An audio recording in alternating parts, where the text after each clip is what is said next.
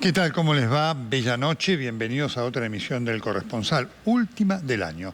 Estamos en un día muy especial porque está el presidente de la República por emitir un mensaje. No está claro si va a ser por cadena nacional o va a ser a través de las redes sociales. Así que vamos a estar atentos a esto. Vamos a estar hablando con el doctor Mauricio de Alessandro, y lo tenemos acá el doctor Oscar Mendiz, un destacadísimo cardiólogo, para tocar algunos aspectos puntuales de todas estas leyes del gobierno que están produciendo un impacto fenomenal. Así que comenzamos ya mismo con la reflexión editorial del día de la fecha.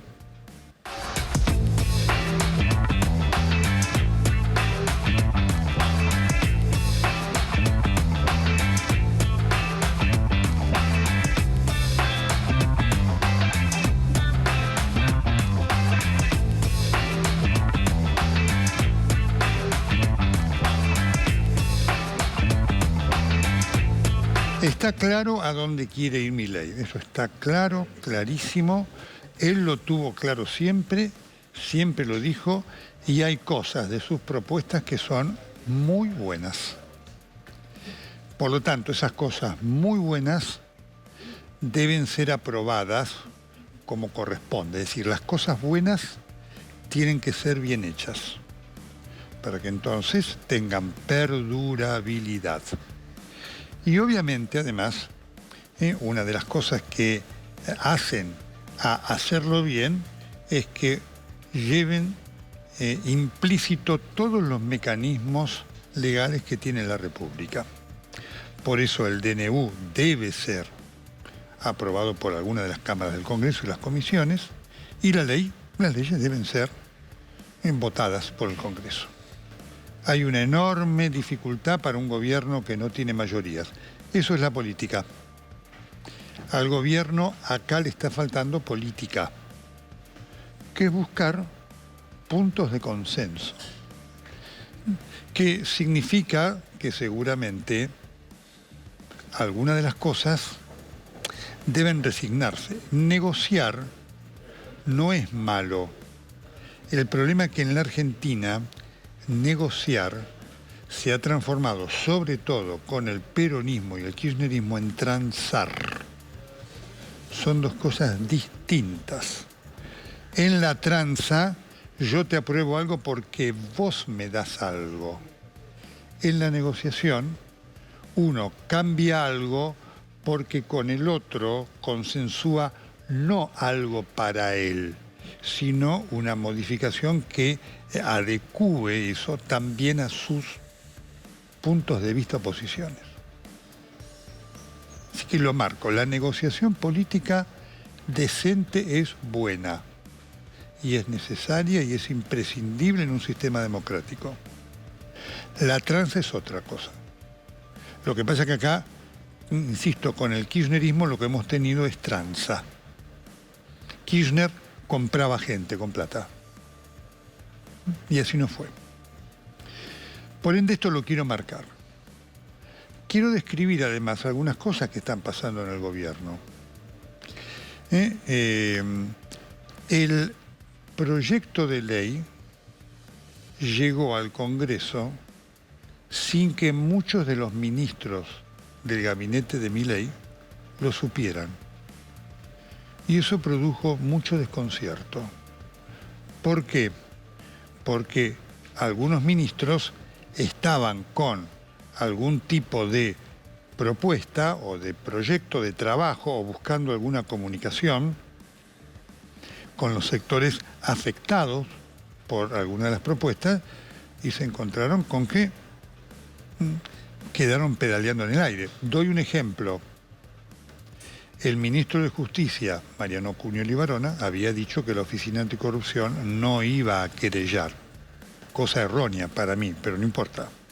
El ministro dijo esto. Milei dijo que sí. Después debió retractarse.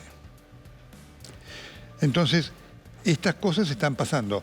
Cuando salió el proyecto de ley que generó esta reacción lamentable de la dirigencia, lamentable de la CGT, impresentables todos, el Pablo Moyano, Acuña, impresentables, gente que durante 4 años no hizo nada por protestar contra la inflación y demás. El otro día estuvo Daer acá con Edgardo Alfano, que le hizo muy buenas preguntas, una vergüenza lo que contestó. Falacias, no, contestó, sí, nosotros no paramos porque teníamos paritaria libre, nunca las tuvieron porque además Sergio Massa les ponía límites. Bueno, digo, la reacción se produce y desconcierta al ministro del Interior, Guillermo Franco, que es un hombre del peronismo. Guillermo Franco fue funcionario del kirchnerismo hasta ayer nomás. Y entonces lo desacomoda porque él venía dialogando con la CGT algunas cosas que el proyecto de ley desautoriza. El proyecto de ley lo trabajó Federico Sturzenegger con un grupo de estudios importantes de abogados, Bonchil, Mayral y demás. Y por supuesto es un trabajo de muchos meses, pero que sin duda no es del conocimiento del gabinete de Milei. Grueso error. Grueso error. Entonces, digo, y esto lo decimos para ayudar. El presidente debe saber que ahora es presidente y que la política es importante. La política no es mala palabra, para que efectivamente se concreten sus proyectos. Les decía el otro día, lo más importante de todos estos proyectos es ponernos a nosotros frente a la posibilidad de conocer la maraña enorme de regulaciones inadecuadas que tiene el Estado, que están destinadas a crear burocracia que genera corrupción. Esta es la principal virtud.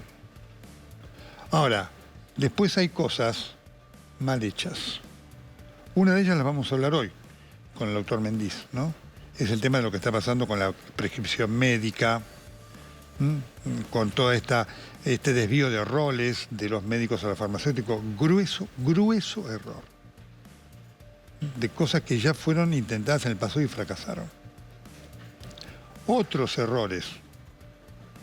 El examen final del secundario. El examen final del secundario es fantástico como idea. Ahora sirve cuando la educación es muy buena. Porque hacer un examen para descubrir que la educación es mala, ya lo sabemos. Un examen en el secundario, imagínense, no es lo mismo un chico que egresó del Nacional Buenos Aires que un chico que egresó de una escuela de algún lugar, ¿no?, pobre de la Argentina, en donde no hay clases todos los días, los docentes tienen que ocuparse de darle comer, no es lo mismo.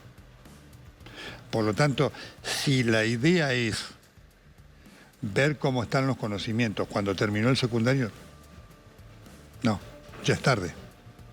Así que eso va a servir, y sirve en los países en donde el nivel educativo es muy bueno, porque entonces evalúa conocimiento.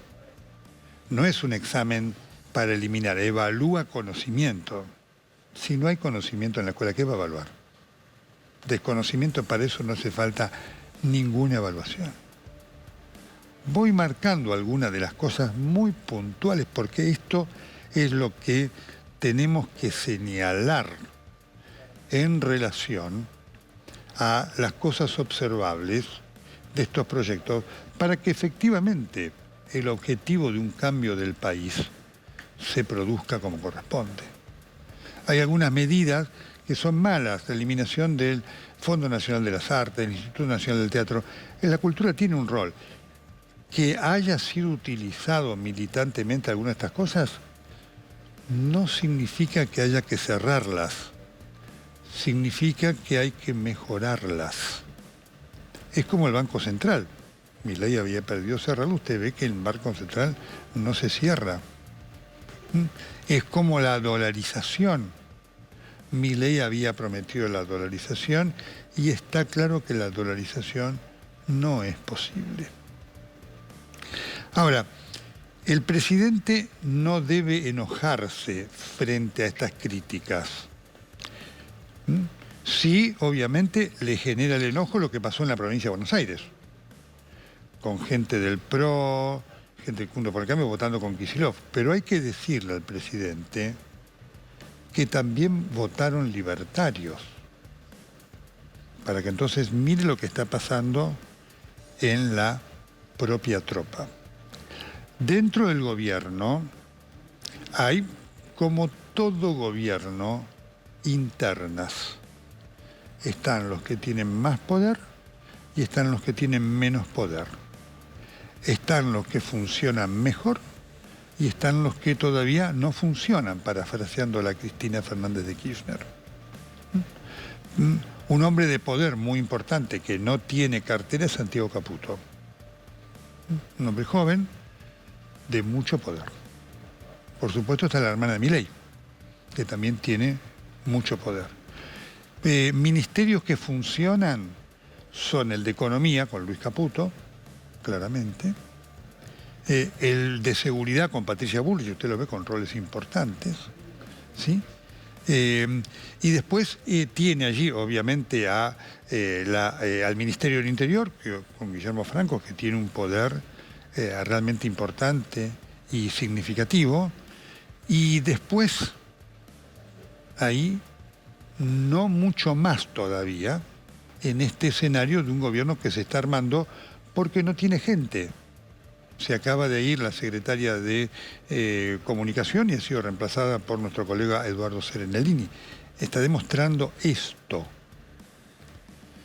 El tema de las privatizaciones de las empresas públicas, por supuesto que es un tema para reconsiderar, pero ojo con caer en errores como ya se vivieron en el pasado. Marco I del menemismo, ¿no? Ramal que para, ramal que cierra. Eso significó que la Argentina se viera deprivada de una red ferroviaria fantástica, la más importante de Latinoamérica, a la cual no había que cerrar, había que mejorar, había que ser más eficiente, ¿no es cierto? Hoy el mundo, en Europa y demás, se valora el tren por lo que representa económicamente, para el medio ambiente y demás. Entonces, los ferrocarriles hay que buscar la forma de mantenerlos porque cumplen un rol. Miren lo que pasó con el viaje del presidente de la República a Mar del Plata. Un gesto extraordinario el que tuvo. Viajó en una línea comercial y se pagó el viaje. Ese es un gesto extraordinario de Milei. Para sacarse el sombrero, porque mandó un mensaje. ¿Él que viajó? Viajó a ver a su novia. No viajó en un viaje oficial vinculado con su trabajo. ¿Qué hizo? En un hecho destacable. Fue, sacó el pasaje, lo pagó con su tarjeta y viajó.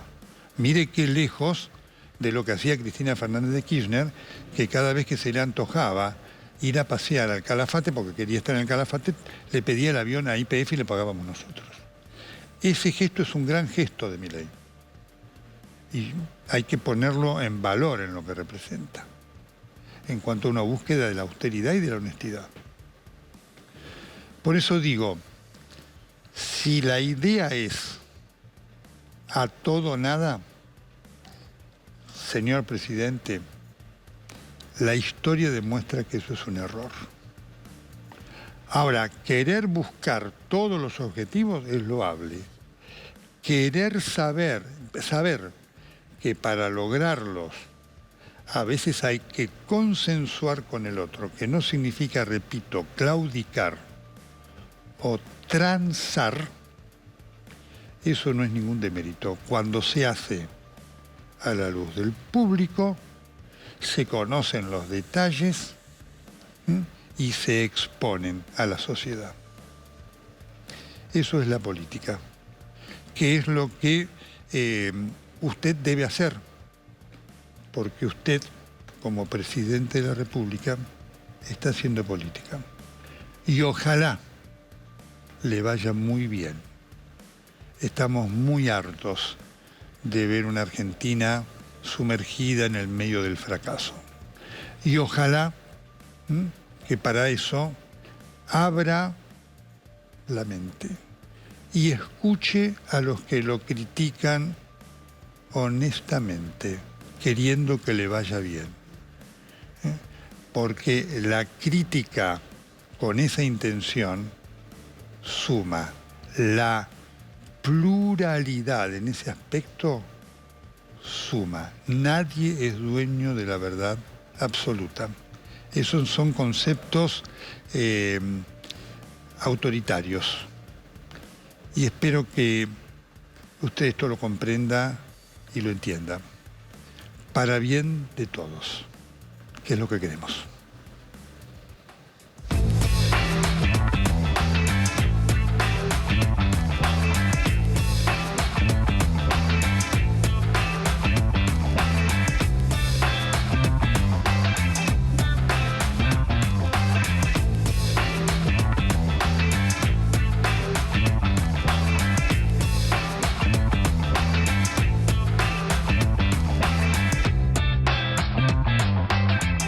Bueno, muy bien, lo tengo ya el doctor Mauricio de Alessandro. Doctor, ¿cómo le va? Muy buenas noches.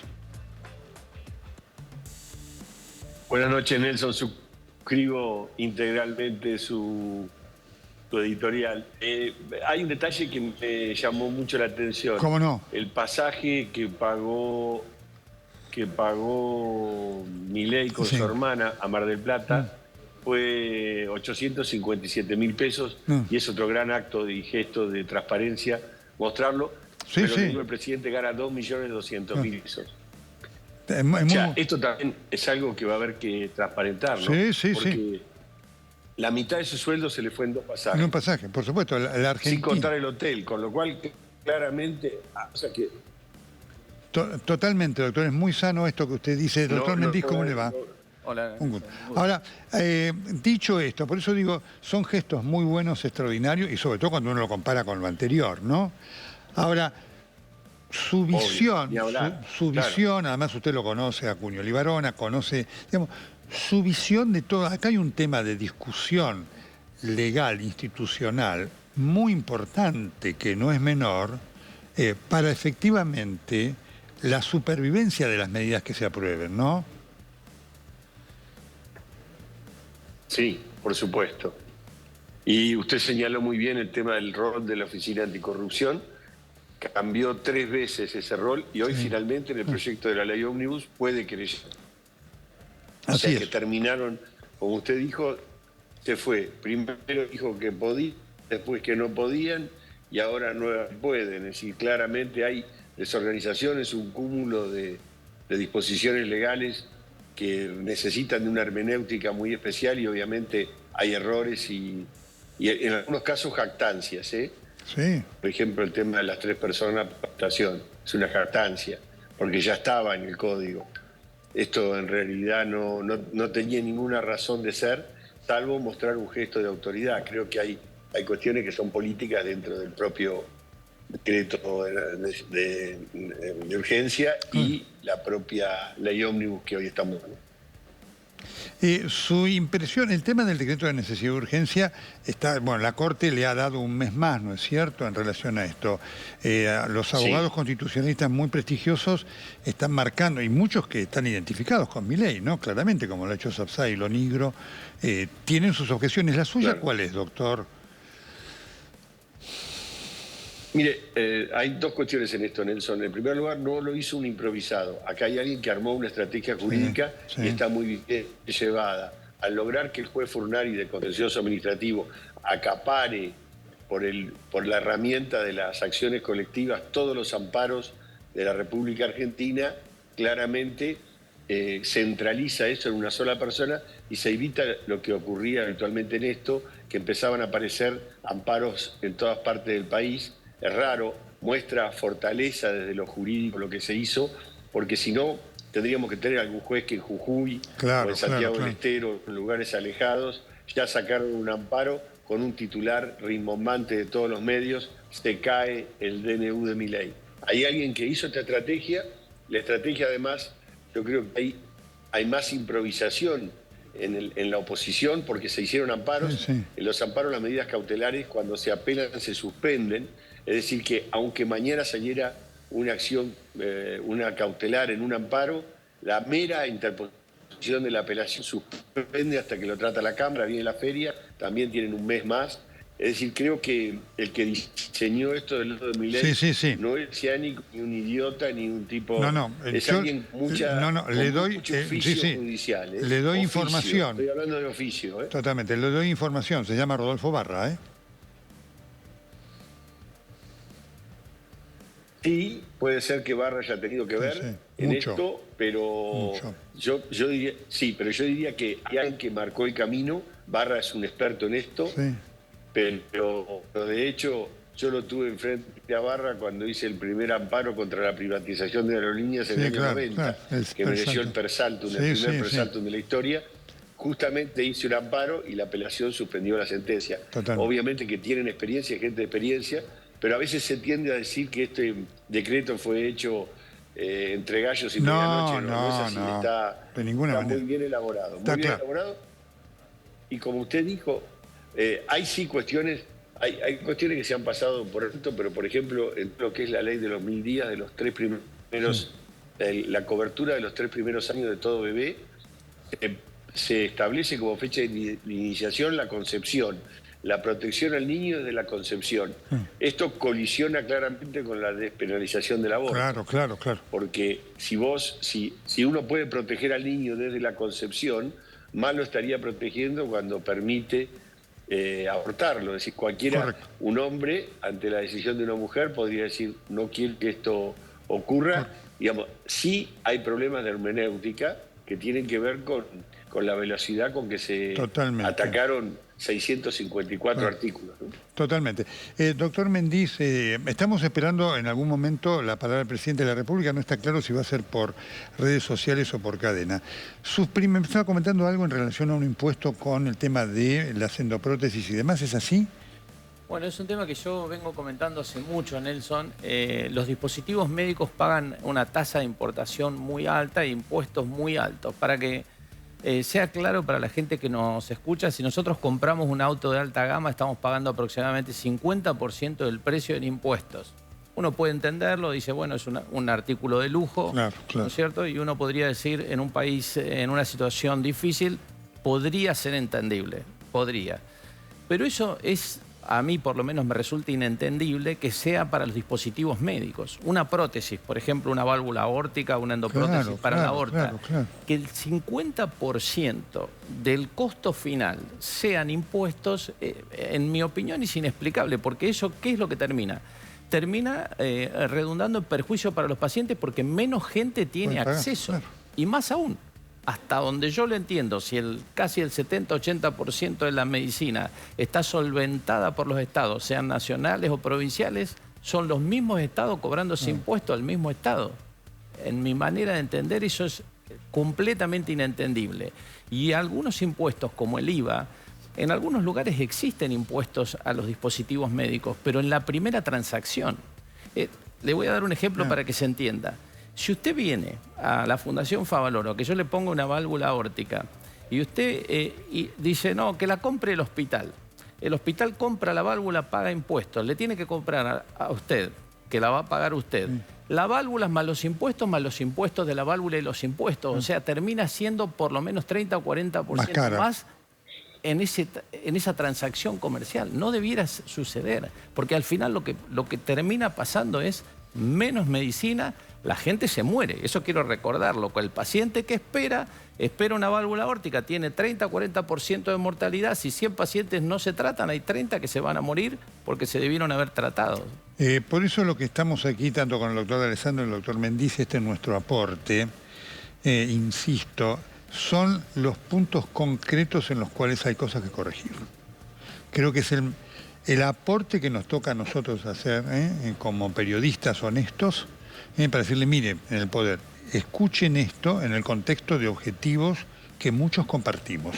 ¿Sí? Este es un punto, dicho por un hombre del prestigio del doctor Mendiz, que es un cardiólogo de reconocimiento internacional. Junto con esto está todo el tema de la prescripción médica, ¿no? Exactamente. Yo, en primer lugar, porque ayer me sumé, digamos, en las redes sociales a un comunicado que hicieron las sociedades de cardiología oponiéndose un poco a este tema de los genéricos. Yo creo que hay que clarificar algunas cosas. No creo que nadie, yo personalmente, ni las sociedades estemos en contra de los genéricos. Los genéricos existen en todos los lugares del mundo. Lo que sí hay que tener un poco más claro es qué significa genérico, qué significa copia. Un medicamento genérico es aquel que se copió de la droga original y se hizo algún estudio que demuestra que tiene más o menos la biodisponibilidad. Para traducirlo al público, el mismo efecto. Correcto. Pero las copias son copias, solamente se copiaron y nadie sabe cómo funciona. Entonces, no es tan mal que existan, no es tan mal que exista digamos, el estímulo para que se recete los medicamentos genéricos. Sí. Pero lo que a mí me parece que no se puede es transferir la responsabilidad médica. La mía es indelegable. Si vos vas, Nelson, a que te ponga un stent, yo soy responsable de lo que a vos te va a pasar. Y entonces, si vos tomás un medicamento después de ese stent y ese medicamento no funciona, o no funciona como debiera funcionar, y el stent se tapa, ¿de quién es la responsabilidad de que el stent se tapó? Está muy claro, es un ejemplo muy claro, muy interesante, por eso lo trajimos, entendible para todos. Ahora, doctor D'Alessandro, ¿qué entiende usted que puede llegar a pasar? Porque ahora lo inmediato es lo que pase con el DNU, ¿no? ¿Qué representa este periodo que la Corte ha dado de un mes hasta expresarse, ¿no es cierto?, fijar posición sobre esto? Digamos que durante muchos años el kirchnerismo, incluso la ley especial que estableció para esto, trató de matar la potestad de los jueces a cuestionar los decretos o los que el propio kirchnerismo mandaba. Por eso, hoy para cualquier medida cautelar, de aquellas que se opongan al Estado, el Estado tiene la potestad de primero contestar un previo informe y se gana mucho tiempo con eso. Es el propio kirchnerismo el que creo que está sorprendido porque realizó, pensando que se iba a quedar 100 años o 200, estableció un montón de normas que le dan potestad al Estado para demorar este tipo de cautelares. El kirchnerismo entendía que eso los complicaba y los perjudicaba y generó esta ley que exige un previo, es decir, que vamos a suponer en lo de la Corte, tiene que opinar el procurador, que es Casal. En este caso lo va a hacer la doctora Monti, que es la que se encarga de todos los juicios que tienen que ver con intereses económicos. Eso va a demorar una semana, 10 días. Después de eso, la Corte le tiene que pedir, si sigue las propias leyes que dictó el kirchnerismo, le tiene que pedir a Milei o al Poder Ejecutivo que explique por qué, cuáles son las razones por las que sostiene que esto es constitucional. Milei se puede tomar otros 5 días, que se hacen 10 hábiles, hasta fines de febrero. La Corte no estaría en condiciones de dictar una sentencia. En el interín, fíjate, por eso digo que es una mente brillante la que lo hizo. En el interín ya está dentro de sesiones ordinarias la ley ómnibus. La ley ómnibus tiene un artículo que dice ratificación del DNU. Con lo cual, esta historia de que el DNU era una decisión monárquica, exactamente, tiene que tratar el DNU, es decir, que antes de que la Corte resuelva, las cámaras, el Congreso de la Nación va a tener que resolver sobre la constitucionalidad de cada una de las normas. La ley oficia el DNU. El que planeó esto lo venía planeando hace mucho tiempo y la verdad que lo hizo con mucha habilidad. Una habilidad que no parte de la reunión del gabinete. Acá hay alguien que ha transpirado en los tribunales mucho en esta tarea. No, sin duda, alguien que estudió. Doctor, ¿cómo los afecta a los médicos este tema de la desregulación de las obras sociales? Yo te diría que me parece que es algo importante que suceda, que uno pueda transferir su dinero al seguro de salud que uno quiera.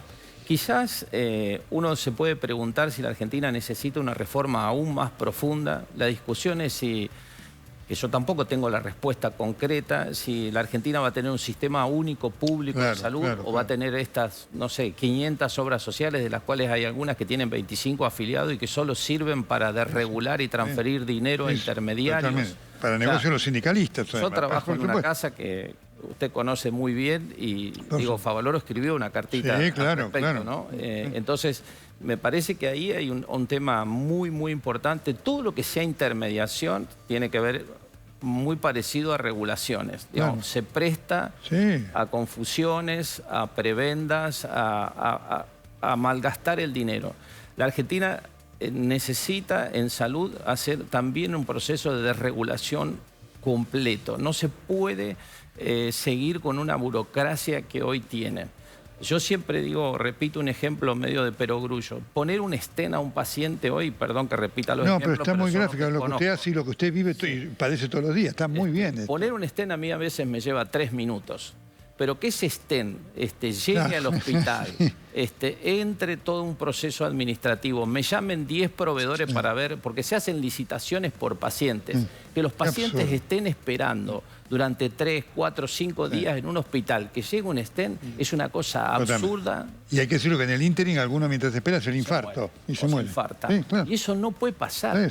Todo eso lo tenemos que cambiar. Entonces, de regulación de obras sociales, para no irme, yo creo que tiene que ser. Después habrá que ver cómo se desregula eso hacia las entidades privadas. Hay que ver si las entidades privadas pueden ser juez y parte. Claro, ¿qué quiero decir eso? Claro. Si pueden ser los que financian, no porque financian los hospitales, digámoslo claramente, financia el hospital que produce una práctica y la va a cobrar en 3, 4, 5 meses. Ese es el financiador, no la prepaga, no es la obra social. Por eso están todos quebrados. Entonces, si una prepaga puede ser el que paga y además el que efectúa. Eso yo no lo tengo tan claro. Porque ahí se presta también a confusión qué es lo que ese dueño de ese sanatorio permite hacer con sus propios afiliados. Está muy claro. Y una cosa más, última. Una cosa que hizo muy bueno el PAMI durante este último periodo fue que los pacientes pudieran elegir dónde atenderse. La libre elección del médico es el acto esencial de la medicina. Recuerden que eso lo quiso introducir Cavallo y nunca se pudo hacer. Eso tiene que volver a hacer porque hoy hay muchas prepagas que no lo permiten aún dentro de la cartilla. Eso no puede pasar. Vos tenés que elegir el médico y después el seguro de salud tiene que arreglar con el centro efector cuál será lo que paga por eso y si es posible o no. Pero vos no podés ir al médico que te mandan. Y después habrá que medir resultados. Correcto. Porque no es lo mismo hacer una cirugía cardíaca en el centro A, B o C si uno tiene 10%, el otro tiene 5% y el otro tiene 2% de mortalidad. Correcto. Sin eso no se puede organizar y gastar muchísimo menos dinero que el que gastamos hoy. Doctor D'Alessandro, el tema de los derechos laborales está ahí en la puja política, bueno, está motivando este paro de esta impresentable dirigencia de la CGT. Su opinión técnica, ¿cuál es? A ver, había desde hace un par de años en la justicia laboral un acta que establecía el anatocismo, intereses sobre intereses. Esto generaba que una persona ganaba un juicio laboral por 20 millones de pesos y la PYME terminaba pagando 50, 3 o 4 años después cuando terminaba el pleito. ¿Por qué? Porque esta acta permitía que los intereses generaran a su vez interés, algo que está prohibido en el Código de Procedimiento Civil y Comercial Nacional. Esta ley ómnibus elimina eso y tiende a proteger al trabajador de esta manera. El índice de precio al consumidor más el 3% anual de intereses recompone la deuda que el empleador tiene con el trabajador si el despido fue incorrecto. Son cuestiones de lógica que todo el mundo entiende, sentido común. No hay en la ley. Y la otra variable importante tiene que ver con el tema de los 8 meses de prueba, de periodo de prueba. ¿Cuántas veces una pyme se ve presionada o trabaja en negro porque no tiene primero no tiene ni siquiera la estructura para poder incorporar a un trabajador que reclama decenas de trámites? Que esto es lo que creo que tiene el DNU y la ley, a sacarle la pata de encima al ciudadano, que tiene que, para poder tener o llevar adelante una empresa, una pequeña empresa, tiene miles de trabas. 8 meses de prueba seguramente va a mejorar la cantidad de trabajo y empleo disponible y empleo de calidad. Ayer escuchaba en una señal colega, una chica, el colega era claramente identificado con otra idea política y le decía a la chica, ¿estás triste? Sí, me acaban de echar del Ministerio de Economía. Y me echaron, ¿y ahora qué vas a hacer? Y no sé, ¿y por qué te echaron? Yo trabajaba en Acceso, dice. ¿Y por qué te echaron? porque son malas personas este fin de año. En mi puerta el problema es que entraban 2 personas, era un acceso para 2 personas de seguridad y éramos 10. La propia chica, que es unificada, explicó la realidad. Había 10 personas. Han usado el Estado durante muchos años. Toda la política, transversal a toda la política, Nelson, porque a veces miramos nada más que al kirchnerismo. No, por supuesto. Ha usado el Estado como oleador y lo ha llenado de las 3 P, ¿no? Primuras, pobres y parientes. Cada funcionario público trae una bolsa como Papá Noel y los deja capa geológica cuando se va. La realidad. Doctor D'Alessandro, hay un punto ahí muy importante, porque una de las cosas que la CGT está argumentando, digamos, la dirigencia, es que esto lo deja al trabajador sin derechos. ¿Es así? No, de ninguna manera, al contrario. Y yo creo que el periodo de prueba va a facilitar que el trabajador quede en una relación de trabajo como tiene que ser, formal. La realidad es que la Argentina tiene un 40%. Mire, Nelson, hicieron la ley 24.013 que trató de sancionar con multa a aquellos que tenían trabajos en negro. Y eso generó unas multas impresionantes que hace que se cuadruplique una indemnización laboral si no está registrada la actividad. ¿Qué es lo que pasó? Había 20% de trabajo en negro cuando la dictaron. ¿Sabe cuánto hay hoy? 40. Duplicaron el trabajo en negro. Todas las veces que el Estado se ha metido a intervenir, como lo explicó muy bien el doctor Mendiz recién, pasan cosas increíbles. El financiador sigue siendo el financiador sigue siendo el hospital público. Cuando vos pagás una prepaga, te venden unas ambulancias extraordinarias con nombres rimbombantes, algunos en inglés, pero cuando te caes en la calle en un accidente, te levanta el SAME y te tiran el Fernández. Te comen, el hospital público y el SAME se come toda la emergencia, y cuando el tipo está perfecto lo trasladan a un sanatorio con muy buena hotelería y le dan una cafeaspirina con gusto a frutilla. Esa externación, vos lo conocés perfecto, en el Fernández, costó 100.000 pesos. Y en una actividad privada hubiese costado 1 millón. Correcto. Entonces está desfinanciado el sistema y hay mucha trampa. Y toda la trampa ha sido creada por los propios políticos, ¿no? Totalmente. Sí, doctor, quería decir usted. No, que uniendo los 2 temas que menciona el doctor D'Alessandro, que tiene que ver, Ecuador hizo una experiencia muy importante que habría que revisarla, que unieron el sistema de salud con esto del empleo en negro. La gente que se atiende en el sistema de salud debiera tener un número de seguridad social. Si esa persona no tiene un número de seguridad social, se puede atender igual. Pero el sistema de salud o el ministerio, no sé cuál es, tiene la potestad de demandar a ese empleador que tiene ese empleado en negro y a ejecutarlo por la deuda médica. ¿Qué quiere decir eso? Que si gastó los 100.000 pesos que dice el doctor D'Alessandro, le ejecuta un capital de 10 millones de dólares por esos 100.000 pesos. Entonces, de esa manera bajaron mucho el número de empleo en negro. Hay que interrelacionar, así como hay que unir la educación con salud, hay que unir trabajo con salud, porque con esas cosas se pueden mejorar ambas. Correcto. Una de las cosas que está ocurriendo, doctor D'Alessandro, es esta protesta de la Asociación de Magistrados por el traslado de los tribunales federales, ¿no es cierto?, de la Ciudad de Buenos Aires a la ciudad. ¿Su visión cuál es de esto? Son los tribunales nacionales, los federales. Exactamente, los nacionales, son aquellos que están en el Palacio, exacto. Así es. Son los que permanecen en el Palacio. En el Palacio de Tribunales, en Palacio. Así es. Exacto, básicamente eso, y todos los juzgados laborales. Hay una resistencia histórica. Ningún juez que se considera nacional quiere ser parte de la justicia provincial. Básicamente, primero de todo, porque la experiencia está en la provincia de Buenos Aires. Un juez de la provincia de Buenos Aires gana 1/3 de lo que gana un juez nacional. O sea, son mucho peores los sueldos.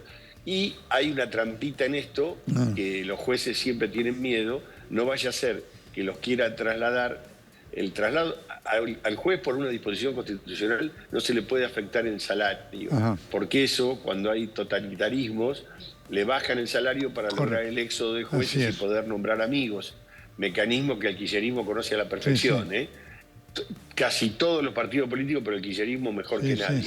Entonces, la realidad, a mí me parece que la justicia de la Ciudad de Buenos Aires no ha dado malas muestras de trabajo, ha sido una excelente justicia hasta ahora, es joven, pero ha cumplido muy bien su su cometido y no me parece incorrecto que se cumpla con la Constitución y la justicia nacional pase a la justicia provincial o municipal o de gobierno de la ciudad de Buenos Aires. Me parece que si viene con presupuesto, no hay una trampa para lograr un éxito y de esa manera llenar de cargos con afines políticos, me parece muy correcto. Doctor Mendiz, hay un tema además que, por supuesto, no quiero dejar pasar de lado en el medio de toda esta situación porque también tiene un peso, que es hoy la situación de los profesionales médicos, ¿no es cierto? Laboral, económica y demás, que en el medio de tanto cambio genera un temor, ¿no? Y ese es un tema que a veces se considera último y se ve en la profesión médica casi como una vergüenza, ¿no? Hablar de plata, de los honorarios. Los médicos viven de la misma cosa que vivimos nosotros, ¿no es cierto? Para ir al supermercado y demás. Hoy usted, ¿cómo ve la posibilidad que con estas cosas eso encuentre la mejoría que sin duda también merece? Bueno, eso todavía no está claro.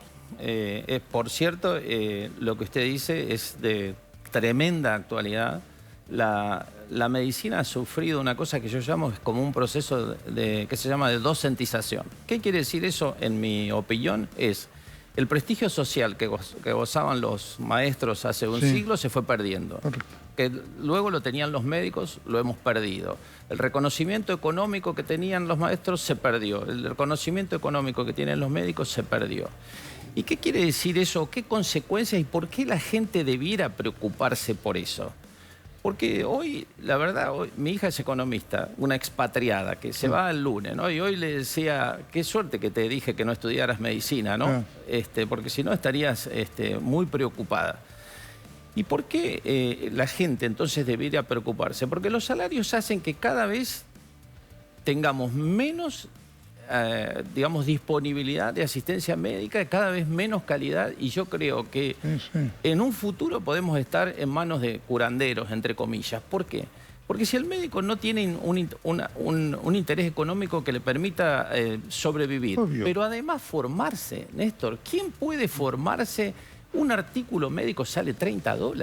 Yo leo 3 o 4 por día, leeré el abstract, una revista la pago, soy miembro de muchas sociedades. Yo soy un privilegiado, pero los jóvenes no.